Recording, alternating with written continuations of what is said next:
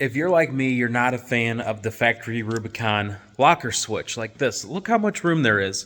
And both lockers are on this one little switch. And if you know anything about these, first of all, you have to be in 4 low, and then you have to use the rear locker first, and then you can finally use the front locker. And as we all know, they don't always work as intended. So if you want to replace your factory locker switches with something more like this, more conventional, that'll work in 2-wheel drive, 4-wheel drive, doesn't matter what, but a regular rocker switch, then this kit's for you. First things first, you're going to locate your factory locker relays, which are located right here on the passenger side fender well. You'll need one of these plastic rivet removal tools. Then we're just going to get in this plastic rivet and gently pry it to separate it, and then we can pry the rest of it off, just like that. And now that's free hanging. Next thing, you'll want to unclip both of these, and they are a little stubborn, so you may need a screwdriver to pry in between the relay and the plug here. There's one. Same thing for the second one. All right.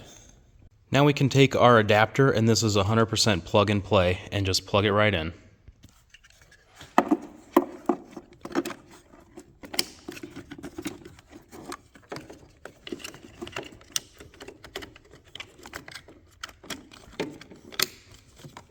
And then we can reuse our old clip here. Stick it through the hole of the adapter and the hole in the Jeep and press it closed, and now it's rock solid.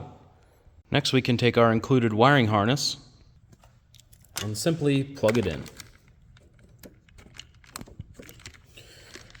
Now we can take our wires and move them across our engine bay.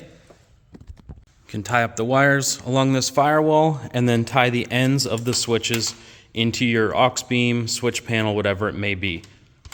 Just keep in mind, you do need to fuse this connection, so don't just wire it straight to a rocker switch unless you have a fuse.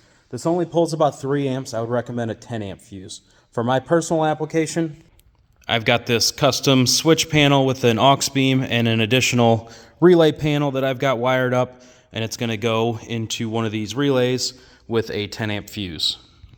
So if you don't like the factory switch and you want to do an aftermarket custom hardwired connection, this is the way to go.